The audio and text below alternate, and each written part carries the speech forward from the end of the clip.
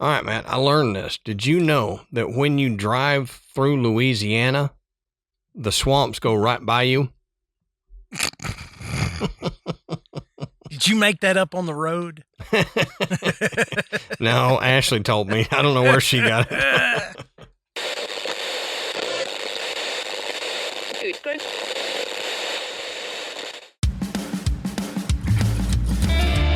Good evening, everybody, and welcome to the Graveyard. Thank you for joining us tonight. My name is Adam. And my name's Matt. Now, pull up a tombstone or settle into your casket and get comfortable because this is Graveyard Tales. All right, everybody, here we are again. Matt, how you doing tonight, brother? Dude, I'm doing all right. Good. You saying on the road, I just had to tell everybody, before I was a little rusty because we had taken some time off and not recorded. Tonight, I might be a little rusty because my mind isn't here.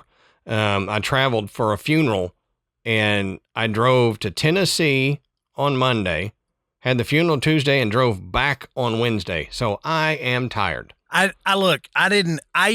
Adam and I usually talk. I've said it before. I talk to Adam sometimes more than I do Amanda. Yeah. And we've gone like 3 days with maybe like a handful of texts exchanged because he's been driving so much. Yeah. I don't know how he does it. I can't do it. I cannot. If I'm going anywhere and it's more than 8 hours, if I can't fly there, I'm not going. I mean, that's just how it is. Yeah. I honestly don't know how I did it either. It was. And you did it back to back almost. Yep. So I might be a little loopy tonight. So if I am, y'all forgive me. But we want to say before we get too far into it, go over and check out patreon.com/Graveyard Tales. You can sign up to become a patron. You can sign up for any of the 3 levels we got, or you can, if you're watching the video, there is a little QR code right up here you can scan, and it'll take you right to our Patreon. And if you just watch that, you'll see how difficult it is to point at stuff on your own screen. Because it feels backwards, and it's like, which hand is it? Do I do this? There we go. You gotta practice it. Oh yeah. I see these YouTube videos of people doing it. Hey, smash that like button, and it's like it's right here. Yeah.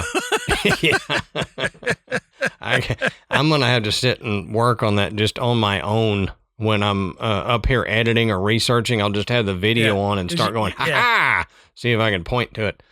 But sign up for one of our 3 levels. We got a $1, a $5, or a $10 level. All the levels get a weekly bonus episode, which we're recording tonight to go up next week. And then if you move up to the $5 level, you get the bonus episode. Plus, if we have an ad, you get the ad-free audio and video version of that episode. Then if you move up to the $10, you get all of that. Plus, you get our second show. I almost said new show. It's not new. Our second show, Side Quest, which is completely different format than Graveyard Tales. It's less edited, and it's less serious. If you thought anything could be less serious than Graveyard Tales, it can be. It's Side Quest. It sure can. We either play games on there. We've eaten some nasty jelly beans, drank some weird sodas. We've had guests on. Probably have more guests on in the future. I like to tell Matt survival stories, not of myself and driving back-to-back days, right? Yeah. But people that have really survived something. Matt likes to play trivia, so it's fun. It's like if you were hanging out with me and Matt and just kind of sitting in the corner listening to me and Matt jaw jack for an hour. Yeah, and hey, we've got a really cool one tonight, and it's really funny, and I haven't told Adam anything about it, but Nope. it's pretty funny. So if you haven't pulled the trigger yet, I promise it's a lot of fun. You'll enjoy it.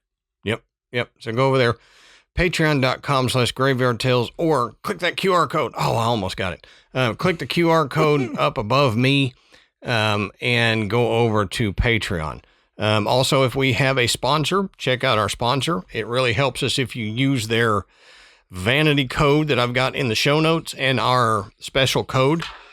It'll get you a discount on something cool, and it lets them know that you heard about it from Graveyard Tales, and they'll come back. So, on that note, Matt, why don't you tell us, what are we talking about tonight, brother? All right. So, tonight, we are headed down to Louisiana.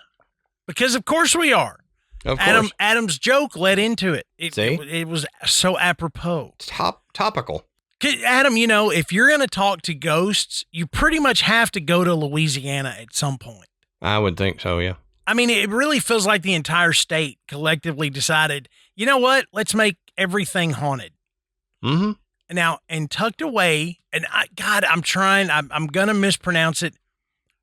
It's Rapides Parish. Rapides Parish. I've pronounced it about a dozen ways, so I apologize. I realize that stuff in Louisiana is not always pronounced how it's spelled. Yep. Could be Rapido. Yeah, but who knows? Could be. But near the little town of Cheneyville. I'm pretty sure I'm pronouncing that right. Yep. It's a place that doesn't always get the same attention as places like Myrtle's Plantation, which if you've researched haunted places, you've heard of the Myrtle's Plantation. Oh, yeah. But honestly, it probably should. We're talking about Loyd Hall Plantation. Yep. And, you know, this place isn't just haunted.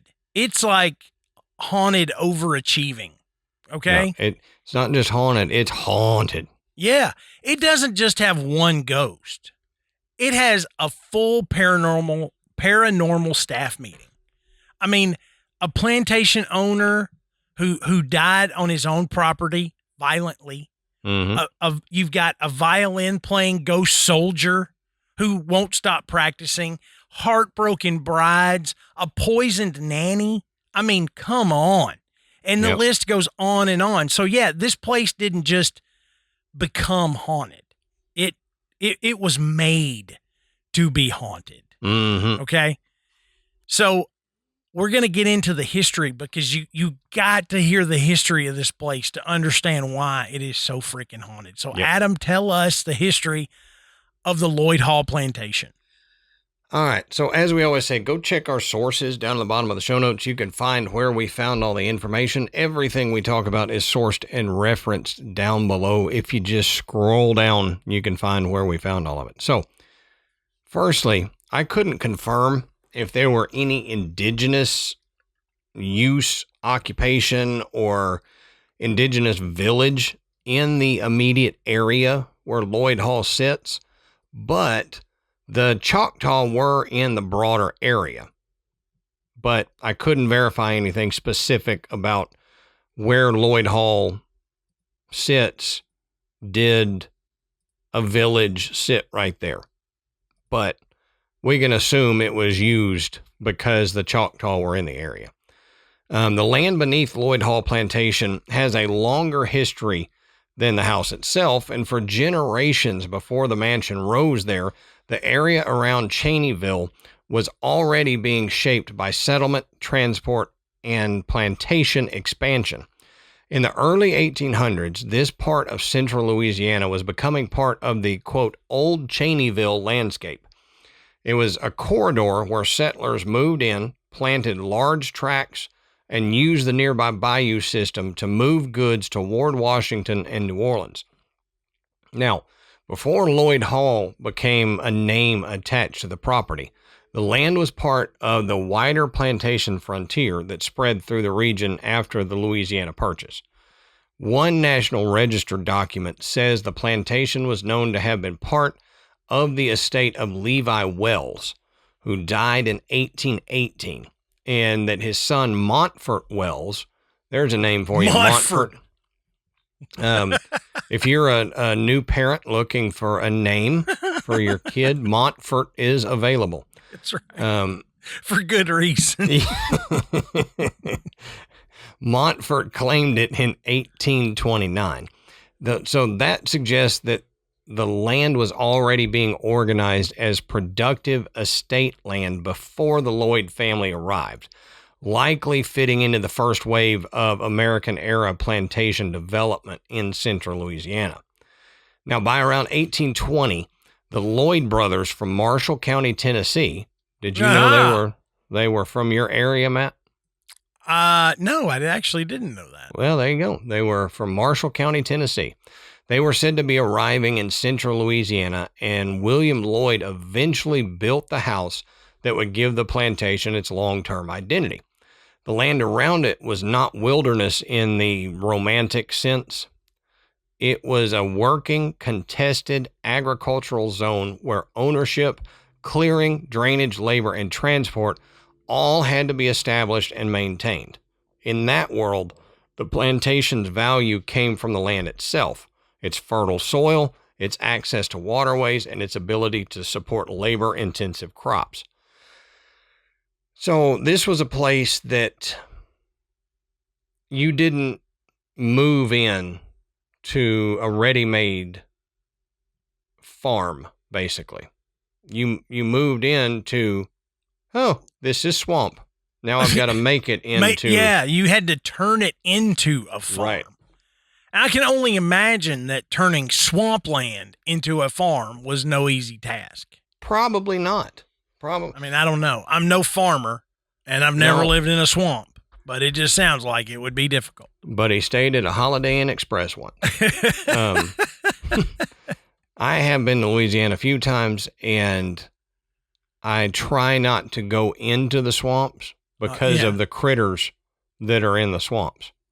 So, and by critters, those can be humans too. Yeah. Because there are some interesting people that live in the swamps of Louisiana. So Loyd Hall was built around 1820 during the early decades of Louisiana's plantation era, when the rich river and bayou lands of central Louisiana were being developed for agriculture.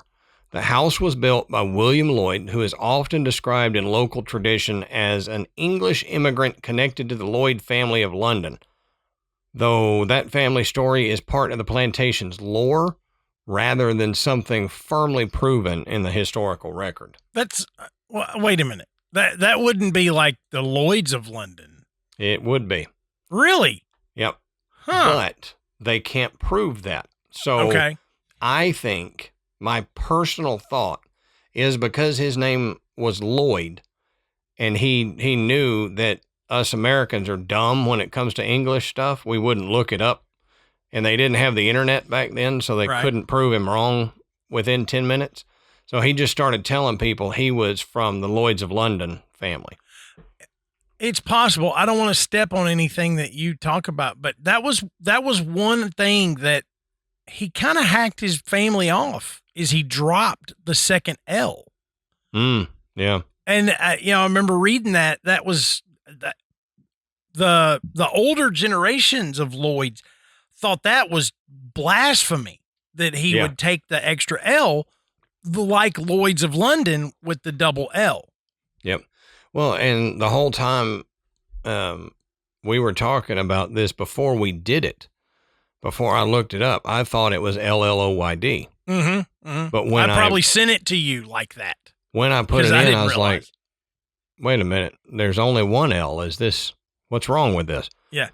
But yeah, that could be, I mean, he could be of the Lloyds of London and changed his name so there wasn't any, like you couldn't say, oh, well, he's part of the Lloyds of London family and use that against him or something. I don't know.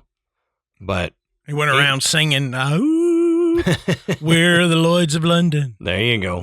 I was wondering where that was going with singing, but I like that. Now, the plantation took shape as a working agricultural property, and over time it became associated with crops such as tobacco, corn, indigo, and sugarcane. Now, Matt, do you know what indigo is? I looked this up. I just figured the only thing I can think of is the dye. Okay. That's is that right? They grow grow bottles of dye. Yes. No. Indigo is a tropical legume, and it's a historically significant shrub that was used to produce a natural blue dye. Okay. Known for its vibrant color. It was cultivated for thousands of years. It's used for textile coloring, notably denim, and I didn't know that. In traditional medicine. So it's like it's a bean of some sort. Yeah. Yeah. Yep. Okay. And it's blue, and then they crush it and somehow make it into a dye that can dye a lot of stuff. Do you think that they figured that out when they were out hand picking all this indigo and everybody come in and their hands are all blue? Oh yeah, I'm they sure. Were like, oh, this bean turns your hands blue. Wonder if it will turn some clothes blue. Mm-hmm. Yeah, I'm sure it was something like that. They sitting down in the field one day and it was growing wild and they just started picking at it and they're like, wait a minute, I'm caught blue-handed here. I got stuff all over me. Now, like many Louisiana plantations, its wealth depended on enslaved labor, and one source states that about 60 enslaved people worked the land. Now, that sounds like a lot. I don't know if it is compared. I'm not up on how many plantations would have slave labor, but that sounds like a lot. I think a lot of times when we've looked into like myrtles and stuff, they would have over 100. Okay. So it's not as many as a lot of plantations are. But now on Loyd Hall, the years as a working farm were years of order, exhaustion, and constant motion. The plantation was not a quiet country estate so much as a living agricultural machine, and its fields, laborers, livestock, storage spaces, and house all existed to keep the machine running. At the center of that world stood William Lloyd's house, built around 1820, and while beyond it stretched hundreds of acres of working land that were said to cover more than 600 acres and were worked by 60 enslaved people, the plantation, like I said, it produced tobacco, corn, indigo, and sugarcane crops, and it demanded different kinds of labor through the year. So, tied to Loyd Hall and to the broader plantation economy of Louisiana, it made sure it kept running, but to do that, you had to switch your crop depending on the time of year. So you then had to have different skills for working those crops. In the warm, wet climate of central Louisiana, the land could be productive, but only through relentless work, clearing, planting, weeding, hauling, processing, and maintaining the fields, fences, roads, and drainage that made cultivation possible. So in Louisiana, it stays warmer a lot longer than other states. So the growing season is longer, but that also means that other things grow that you don't want to grow. Mm-hmm. So you think weeding a garden in Texas or Tennessee is bad. You in Louisiana, you plant a garden, you go in and eat lunch, you come back, and you've got a forest already started in your garden. So it takes a lot of weeding to keep just the crop you want growing. Yeah, and especially in that moisture. Yep. I'm sure you had to, in that humidity, you had to deal with stuff's going to mold really fast. Oh, yeah. I mean, you had to stay on top of that stuff. Yep. You can't let it sit on the plant for long or it'll go bad. So it was constant motion at Loyd Hall, and the daily rhythm of the plantation would have changed with the season, but it was never truly idle. In the sugar months, the labor was especially punishing. Cane had to be planted, weeded, cut, hauled, and processed under the pressure of weather and time.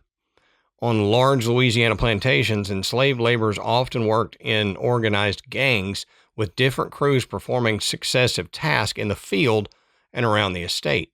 while skilled workers handled carpentry, blacksmithing, coopering, and other necessary trades. The work was physically brutal, and the system was built on coercion, surveillance, and punishment, with only meager food, clothing, and time for private family life.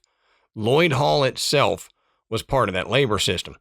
The house was the planter's center of command, but it also depended on the labor of cooks, house workers, field hands, drivers, and artisans who kept the family fed, the grounds maintained, and the plantation operational.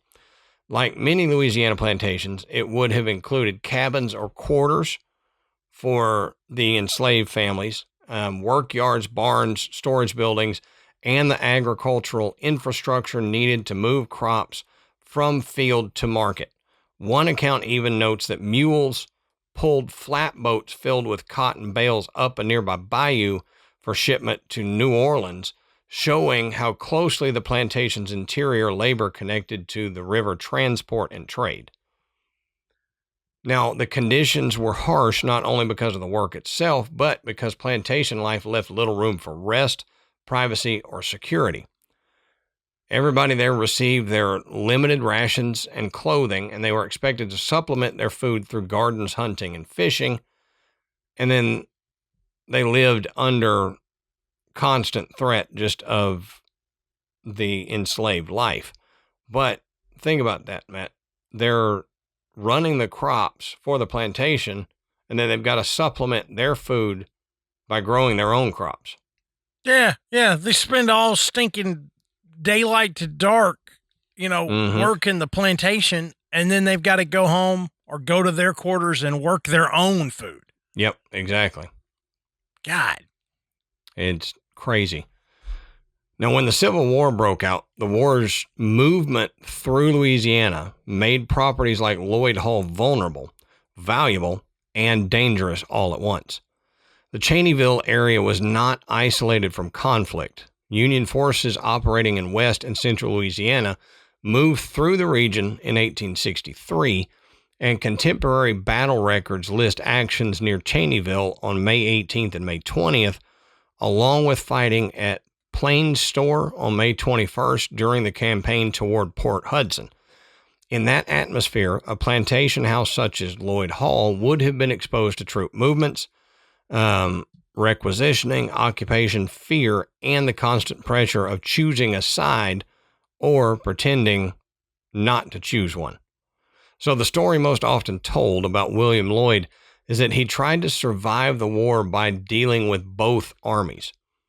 So according to the tradition that has followed the plantation for generations, he allowed Confederate and Union soldiers both to camp on the property at different times, hoping to keep the plantation safe no matter which army prevailed. Now, in one telling, he was not a committed partisan at all, but a practical landowner trying to protect his family, his house, and his land from the destruction that often followed Civil War armies. The strategy, if it happened as the legend claims, eventually backfired, because the best-known version says Loyd was discovered playing both sides, and he was punished in 1864 by Union troops. And Matt, this is the only time I have heard this. I know it happened, but this is the only time I've heard it in our notes, in our research. The Union troops tarred and feathered him before hanging him in front of his house. Other retellings shift the blame toward Confederates or describe him more generally as being executed for treason or exposed as a double spy, whatever. But the constant is that his house turned into his execution site. Mm-hmm. I don't know why, but tarring and feathering, it's not funny, but it makes me laugh. Probably because it was in movies and it wasn't a deadly thing in movies, but really tarring and feathering could kill a man itself if they couldn't get the tar off. Well, I kind of thought that too. I was like, is this, I wondered if it was more of a humiliation thing. Yeah, it's supposed to be. This is not necessarily physical torture, although that tar to be enough to pour on somebody is going to be hot. Yeah. So there is going to be some physical pain associated with it. The feathers, I don't know why. The feathers is just humiliation. Humiliation, yeah. Yep.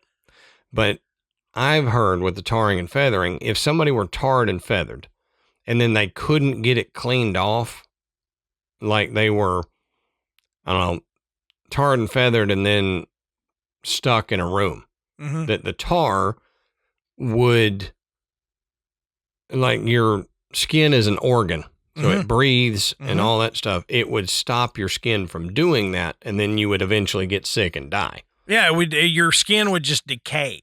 Right. Yeah. Right. So if it were not wiped off, then it could kill you.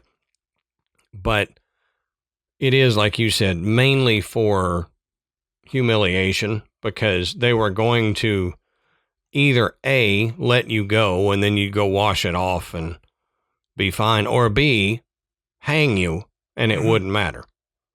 But movies ruined tarring and feathering for me. Yeah. And it's not as serious in my brain as it should be. Because I think of tarring and feathering, and then I think of like Looney Tunes. Right. Where they get tarred and feathered, and then, Porky Pig is running around looking like a chicken or something. Now, like I said, whether every detail of that story is historically provable or not, it reflects something real about the plantation Civil War era. The war did not pass Loyd Hall in a distant, abstract way. The house sat in a region touched by military campaigns, and the plantation was part of a landscape where armies foraged, locals hedged their loyalties, and civilians tried to survive whatever the next column of soldiers might bring. That's likely why the Loyd Hall story survives so powerfully, because it captures the danger of being caught between armies in a contested Southern war zone. In the years after the war, the plantation's Civil War memory hardened into legend. The idea of William Loyd as a double agent became one of the defining explanations for the house's haunted reputation that Matt will talk about. And the Civil War death story became inseparable from the property's identity. Now, after the Loyd era, the plantation passed through many hands. One source says there were more than 24 owners over the years, while another says there were at least 20 after the original family. So that long chain of ownership reflects a common pattern for old Southern plantations after the Civil War, when economic change, inheritance issues, and changing land often broke up original family control. By the 1930s, the property had reached a new turning point. In 1934, Mary Raxdale bought Loyd Hall, and her brother John Clarence Raxdale Sr. supervised renovation work on the house. After Mary's death in 1946, the plantation was sold to the Fitzgerald family. So the Fitzgerald family became closely associated with the plantation's preservation and modern identity. A PBS segment and other accounts describe the site as having entered a period of renewal under the Fitzgeralds, who kept it as a working farm while also restoring the house and eventually operating as a bed and breakfast. So that continuity is one of the most unusual parts of the Loyd Hall story. Despite all the changes in ownership, the land never stopped being agricultural. The house remained tied to farming life rather than becoming just a museum. And today, Loyd Hall is described as a 640-acre working farm and historic lodging property listed on the National Register of Historic Places. Yeah, so you can tell with all the stuff, not just what happened to William Loyd. We're gonna get into that, but the fact that both armies of the Civil War came through there, so there's a lot of emotion, war, death, things that are gonna leave a lasting mark on the land, wetland, Yeah. and all that water and everything, it just tends to hold on to all of that negative energy. But let's start with William Loyd. Okay. People that stay at the Loyd Hall Plantation, and yes, you can actually stay there, as Adam said, bed and breakfast style. Might be fun. Apparently, there's people that just enjoy, like Adam, enjoy fear on their vacation. Okay. Every time they go on a trip, he comes back. We went to this, haunted moonshine still, Yeah. But people say that William Loyd is very much still around the plantation.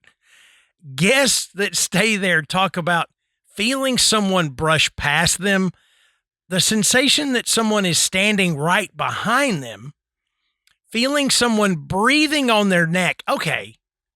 I mean, That's you too can close. you can walk by me, stand behind me, but don't breathe on my neck. Come on. Yeah, that's too close. Yeah. Hey, back off, big guy. This may work with the chicks, but not with me. Yeah. And personal items going missing and then reappearing somewhere else. That we've heard of that stuff, a lot. But honestly, if I feel someone breathing on my neck at a historic plantation at 2 a.m, I'm not going to investigate it. I'm not going to answer questions. I'm not going to talk to them. I'm just going to leave. Okay. Because that's creepy. I mean, that is too creepy. It's too close, man. Yeah. Too close. I'm not staying. This is no longer my room. This ghost can have this room. I'll sleep in the hallway. I don't care. There's also a recurring story from guests involving small personal belongings like rings and keys and watches that just vanish from a bedside table and later show up somewhere completely different in the room. So it's not like theft. It's missing. It was here last night, and then it's somewhere else, still inside the room. And that's not just terrifying, it's rude, because frustrating for sure. Yeah. It's like a ghost cat, taking something, or a ferret. You ever had a ferret? They love shiny stuff. I had a buddy who had one. It. Yeah. Yeah. It also, like you said, it's rude because we're getting to the age where we set something down and don't remember we set it there. So then when we do remember we set it there, we go back and it's not there. Yeah. It's playing with our brains. It's like I've had, before we started tonight, there was something weird that I noticed immediately when I got in here. Something that I would not have done. Right. Okay. I know I wouldn't have done it. I have no reason to have done it, but it was done nonetheless. Something of mine was plugged in somewhere else that it didn't belong. So what do? I accuse one of my children like any good father does. Right. They all deny it. Amanda denies it. So I'm kind of like, I will not be able to confirm that I have paranormal activity in my home until all of my children are gone. Right. Exactly. And then it may be me doing it. That's true. At that point, it might be you. Now this I know I did not do, but I have left stuff places and been like, man, if he picks up my thing again and then I find it where I must have left it in here. Yeah, right now you could have a liar living with you. Right. And not a ghost, but we'll see. Yeah. In several years, we'll find out for sure. Was it a liar or was it a ghost? Give me about 8 more years, then we'll know. All right. So the next spirit, and like I said, there's several of them. It is named Harry. Okay. He is the celebrity ghost of the house. Is his last name Balzac? I hope so. If it's not, it is now. Yep. But Harry is believed to have been a Union soldier, possibly a deserter, who hid in the attic during the Civil War. And according to legend, he didn't make it out. he was shot and killed there. Mm. So if he was a deserter and his own troops found him hiding out, then yeah, they killed him right then. Yep. Some stories say that he was discovered while hiding. Others say that he was betrayed. So if Mr. Loyd was kind of a double agent, which is iffy in the legend, yep, he may have realized that he had this guy camped out in his attic and turned him over. Mm-hmm. You know, or if his own troops were there and they found him and said, you know, you're getting ready to desert us. You know, this is punishable by death, and took care of it right there. Either way, he died right there on the property, yep, possibly in the house. Yep. Now, to make things even creepier, there is reportedly a blood stain on the 3rd floor that never completely disappears. I don't like that. We have heard stories about this in other places. Mm-hmm. Okay, this weird blood stain that's usually it's on the hardwood floor. Yeah, and this is on floor as well. I've seen stories that it's like a rug or something. They clean it, and then days later it's back, or it'll get very faint, but then it will never fully be gone. And then over time it becomes obvious again. The rug, if it was on a rug, just if you can't get rid of the rug because it's historical, Mm-hmm. roll it up and stick it away. Yeah, and not right. deal with that rug anymore. But if it's on the floor, get a rug. Yeah. Put a rug over. Well, and it is creepy. But if you've ever had a house or an apartment and you had animals in it, you had the dogs and cats and stuff, and Mm-hmm. you clean your carpets. You bring in the real carpet cleaners, the wet, suck up the water and all that stuff. And man, they look awesome for about a week.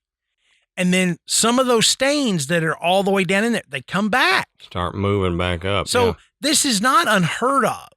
But right. You would think if this is on hardwood, eventually you'd be able to get rid of it. Mm-hmm. And that it wouldn't come back with a vengeance like this one apparently does. But Harry, he don't stop there. Harry performs. Huh. Guests and staff have reported hearing violin music late at night coming from upstairs. Not just vague, spooky noises, actual violin music, which is somehow worse. Yeah. Because again, if I'm staying at this plantation and I hear violin music coming from the attic at 2 a.m., I'm not investigating. I'm just packing. I'm like, what? You've got to be kidding me. There's certain places that music should not be coming from. That's right. And violin music especially should not be coming from an attic. Mm-hmm. The only thing worse is if it was a banjo up there. Bagpipes, Yeah.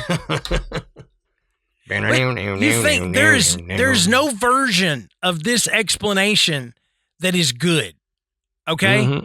If it's a staff member up there playing the violin, what in the world are you doing? Right.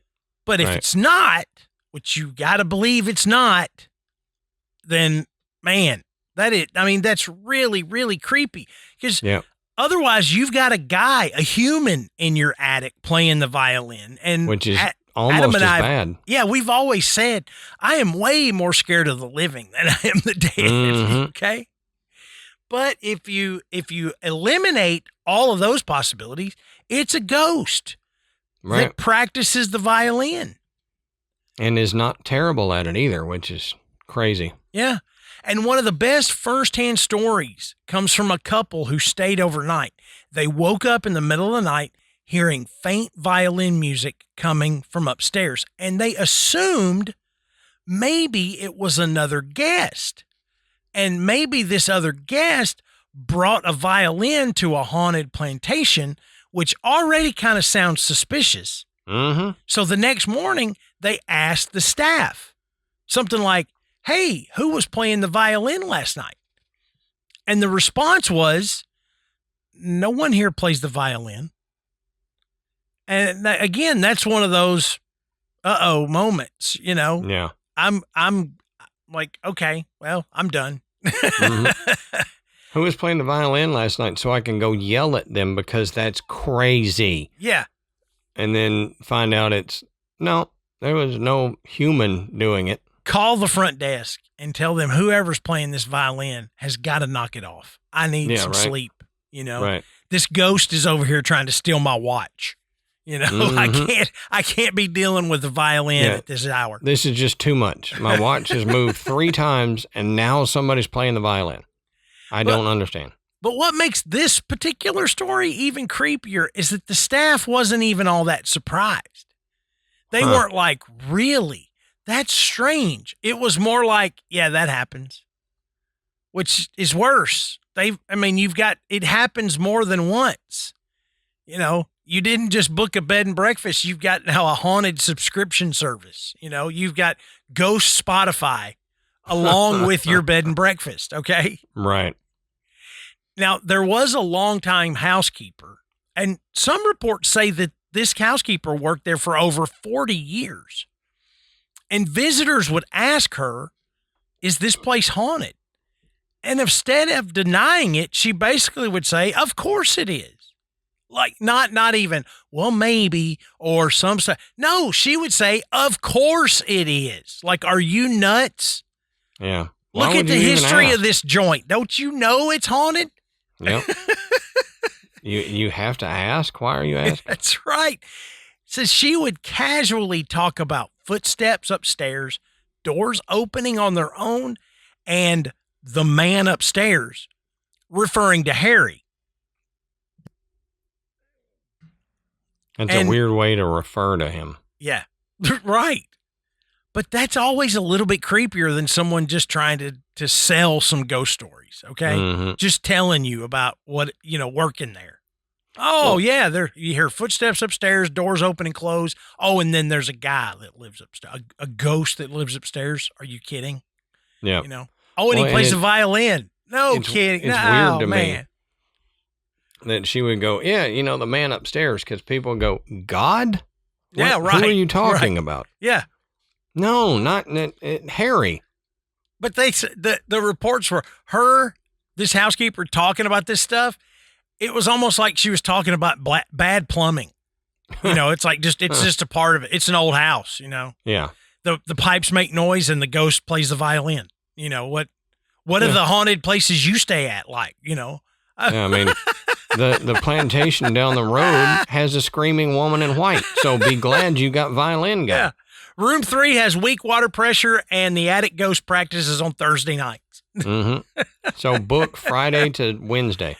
But the confidence in telling stories like that would just absolutely shock guests. You can just imagine, somebody that's been there for 40 years and seen all this stuff just going, as a matter of fact, this is life here. Yep. Now, we need to talk about the 3rd floor because every haunted location has got that spot, and at Loyd Hall, it's upstairs at the 3rd floor. So people describe sudden cold spots, a heavy feeling in the air, and this overwhelming sensation that they are absolutely not alone. And multiple spirits seem tied to that place, which that's never comforting. Did they get the feeling they're not alone because they heard a violin in their otherwise empty room? Yeah, right. Because right. I wouldn't feel alone then either. That's exactly right. Because, just one ghost, that's a haunting. Multiple ghosts, that's like a committee. They're working together. Oh, yeah. To really make your stay terrifying. It's like the TV show Ghosts, where you've got multiple ghosts in one house. Yeah.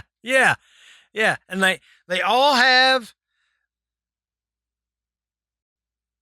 I'm sorry. I got a weird notification about ghosts on my watch. So. Oh, that's wild. Now, there is one really creepy story involving what guests call the Shadow Man. One visitor was walking upstairs late at night and saw what they assumed was another guest by seeing a dark figure moving down the hallway ahead of them. Nothing really dramatic, just someone walking. Totally normal until they turned the corner and no one was there. There was no door closing, no footsteps, no explanation, just an empty hallway. Now, that'll make you lose some sleep. Mm-hmm. I mean, when you believe that there is another human person in front of you and you catch up to them to go around the turn and there's no one there, that's when you hit that realization wall and you're like, oh, Lord, what was that? Yeah. You know, it's one of those things that kind of makes your butthole pucker. You know, Mm-hmm. What did I just see? You know, it's like you do that little wait a minute thing. You know, it's like, because I've done it here. I did it in the house that I grew up. You're like, oh, what's that? Uh-oh. So let's move on to one of the sadder stories that's tied to the house. And this is a woman named Inez Loyd. Now, according to legend, Inez was left at the altar. She was the jilted bride. And depending on which version of the story you hear, she either jumped or fell from a third floor window, which again, that reinforces the belief that no one should ever go to the third floor of this place. Right. Nothing good seems to happen up there. After her death, people began reporting strange occurrences tied to her spirit. Most notably, piano music playing when no one was near the piano. Now, she needs to pair up with Harry. Mm-hmm. And they can, if they find one more ghostly musician, well, they've got a trio, and the admission cost is going to go up. Okay, you know, if we have ghostly concerts each night, right? You know, look, it's dinner and a show. Come on, Yeah. You know that's extra. You know, I mean, I'm not going to tip my ghostly trio though. What do you tip a ghost with? Yeah, I don't know, advice. Yeah, but crossover. Yeah, see that light? Looks like a train light. Go to it. Yeah, go check that out. It would be a little weird though if you're sitting there eating dinner and there is music.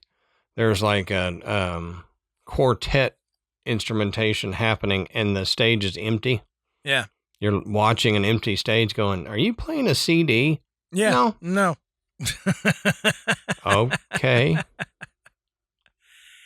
But just, I mean, think, you know, it's quiet, you know, you're trying to kind of relax and take in all the atmosphere, and a piano starts playing. That's something that you don't ignore. Yeah. It's something that you decide, okay, something's going on. It's kind of like Harry's violin. You think there's either a guest that has really bad timing, or they've got one of those player pianos, and then you realize neither one is true. Okay. Right. That's the problem when you find out neither one is true. This one to me is not quite as creepy because at least they have a piano. There's nothing I found that there's actually a violin in the house at all. Right. So at least there's already a piano there. And you can think, pass it off somehow. Is this the ghost bride? Is this Inez Loyd? Or is there someone else in the house? And somehow ghost bride kind of feels like that's the better option? I don't know. But the piano thing, we've heard multiple stories of piano. I don't know why pianos seem to draw the spiritual musician out in some of these ghosts, but it's probably easier. maybe. I don't know why, but maybe it would be. Maybe just poking rather than like you had to pick something up and. I guess, yeah. Yeah, it makes sense. It's there. I mean, pianos aren't something you can necessarily hide. You don't stick it in the closet. Right. It's a piece of furniture. I mean, it's a display piece. So it's out there, it's front and center. People notice it. So, I mean, I have had friends that can't walk past a piano without sitting down and messing with it. Yeah. And I always thought, man, I wish I knew how to play the piano. But then I was like, then I'd be that annoying guy that just can't walk by a piano. Mm-hmm. I mean, you don't do that. You don't walk past somebody else's guitar and pick it up and start plucking away on it. No, for two reasons. One, I don't want to be that annoying guy. Because I lived in Nashville for so long and there was so many of those annoying guys that just, you're stopping to get a Starbucks and 3 people are sitting around Starbucks playing a guitar for some girl. Right. And you're like, dude, stop it. Yeah. You go to a party just supposed to be hanging out and some jackwagon shows up with an acoustic guitar and starts trying to get everybody to sing along with him. Or not even. They pick up the owner of the house's guitar. Yeah. And start playing someone else's guitar. And that brings me to my second reason, is because you come in my house and just pick up my guitar without asking, you're getting a boot in your crack and you're leaving. You don't pick up a man's guitar without asking. It's the same thing. You don't put on a man's hat without asking. Oh, no, never. Don't just pick up my hat and put it on your head. It ain't funny. You're not a kid. Yeah, I don't want lice. If you're 6, then we're like, oh, ha, ha, cute. Yeah, like, give me my hat. If you're 36, I go, ha, ha, get out of my house. Now, this next spirit adds a little bit different kind of haunting. It's a woman named Sally Boston, and she was believed to have been one of the enslaved individuals on the plantation. Her presence is most often connected to one very specific thing: the smell of food cooking. Now, haunted scents, the scent of a ghost, are weirdly common. And the scent is tied to memory. They have done neurological studies that say odors and fragrances are much more closely tied to the memory than even, your eyesight is. Right. So cooking, perfume, smoke, anything that would linger, we have talked about ever since we've done this show, with being associated with hauntings, and Loyd Hall has got that as well. Guests have described suddenly walking through the house and smelling biscuits baking or a full meal cooking. That's the kind of ghost smell I want. I love biscuits. Right. I knew this is what I told him. I was like, you're going to love this. Yeah. I love it. But the kitchen is completely empty. That's fine. Yeah, right. I just like the smell. At this point, that's fine. I'll overlook the fact that it's a ghost doing it. If you're making biscuits, daddy coming. I'm just saying. One visitor reportedly followed the smell expecting breakfast to already be underway and found no one there. But if ghost biscuits are being made, I've got questions. Mostly, are they any good? Right. Because, man, I'll tear up a biscuit. I'm like, are they pre-buttered? Yeah. Or do I have to put butter on them? I mean, I'm not saying that I would stay in a place that had haunted biscuits, but I might risk it if they're really, really good, Yeah. Now, I would get myself sick because I wouldn't care. I'd just be like, biscuit. I'd turn into Homer Simpson and just give me that biscuit. That's right. Yeah. But they're amazing. I mean, the next thing would be if you had a ghost that cooked bacon and one that cooked chocolate chip cookies. Oh, yeah. Yep. Now, you put the three of them in there with the ghostly trio playing the music. This would be the greatest haunted experience ever. Mm-hmm. Okay? Maybe some cheese grits, too. That would be good, but, don't want to push it. We'll stick with the bacon, biscuits, and cookies. That's right. That's right. Nothing else. Yeah. Just that. But this place has got to have at least one more tragic backstory. So there's also the legend of the poison nanny, which I mentioned at the top of the show. Yeah. Details on this one are a little fuzzy, but the story persists that a caretaker on the property was intentionally poisoned, and her spirit is said to still linger.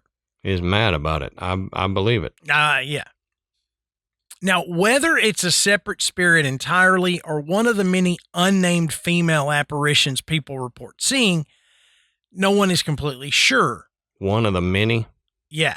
Which that's totally on brand for these haunted plantations. Yeah. Yeah. The ghost census is never completely organized. Okay. Right. So, but there is a legend that a caretaker was poisoned. They just aren't 100% sure which of the female ghosts on the plantation is the one that was poisoned. That's true, yeah. They're not saying, and I guess that's kind of hard to discern from just the apparition. So, yeah. Now, do they have a smell? Can you tell by their perfume or something which one it was? Maybe. So beyond all the named spirits, there's a lot of general activity reported throughout the house. And visitors talk about doors opening and closing, footsteps in empty rooms, voices when no one else is there, objects moving, feeling like you're watched, shadow figures passing through rooms. All of the usual haunted fare is there. Okay? But one of the creepiest parts is the longtime staff seem completely unfazed by this, which kind of tells you it is so common that they have just gotten used to it. It's like when you have an old AC unit, like a window unit, and every time it clicks on, it makes a bang. Mm-hmm. Well, if you live there, you're used to the and then start going. Yeah. We had an old one that did that. Yeah. Visitors are like, what in the, and duck, thinking they're getting shot. Yeah. But it's the same thing. These employees have dealt with the hauntings so frequently that they don't even bat an eye. That's it. You say something about it to the staff, and the response is, "Oh yeah, that happens."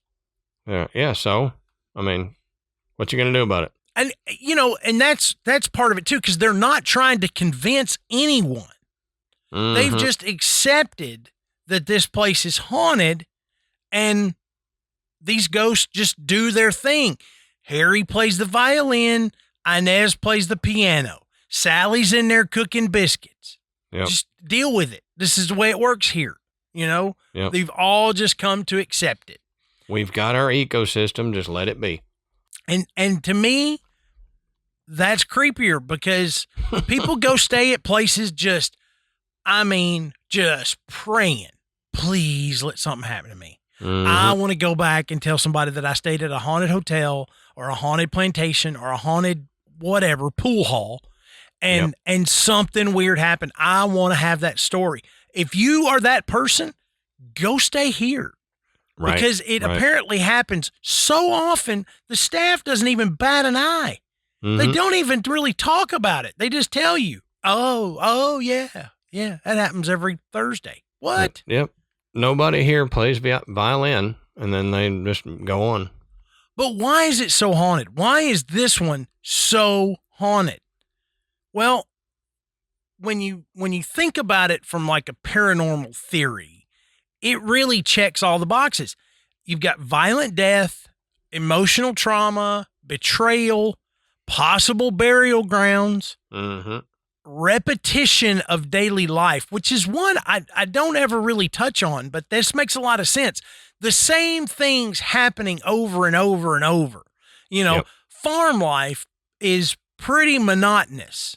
Yeah. You got to do it, because guess what? You're going to have to do it again tomorrow and the next day and the next day, or it's going to be out of control.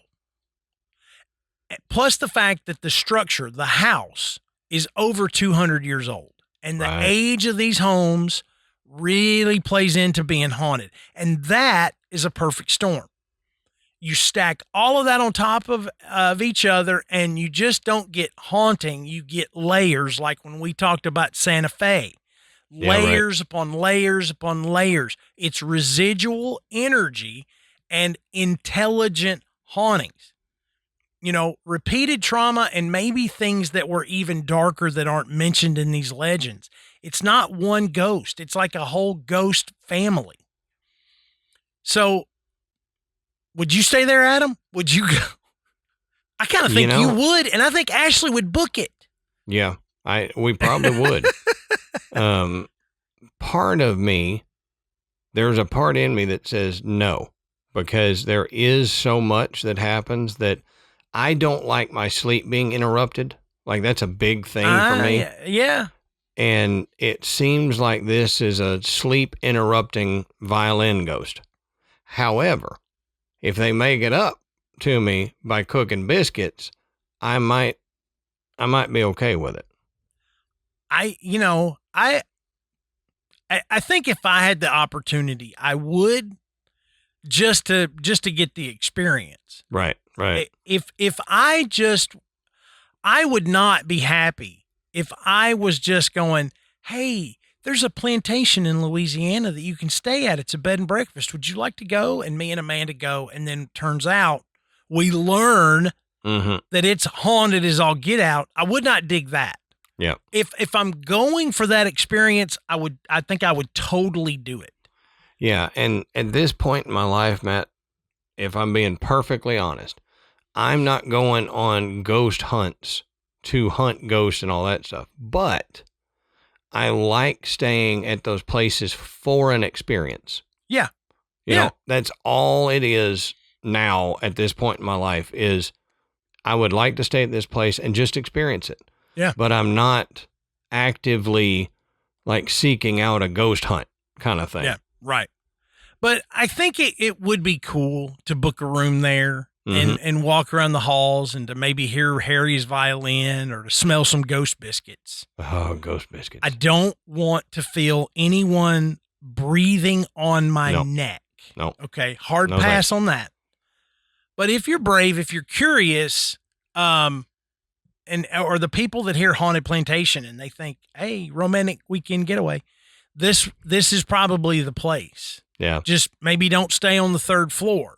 And if you hear music in the middle of the night, don't go chasing it down. This is how horror movies are filmed, you know? Right.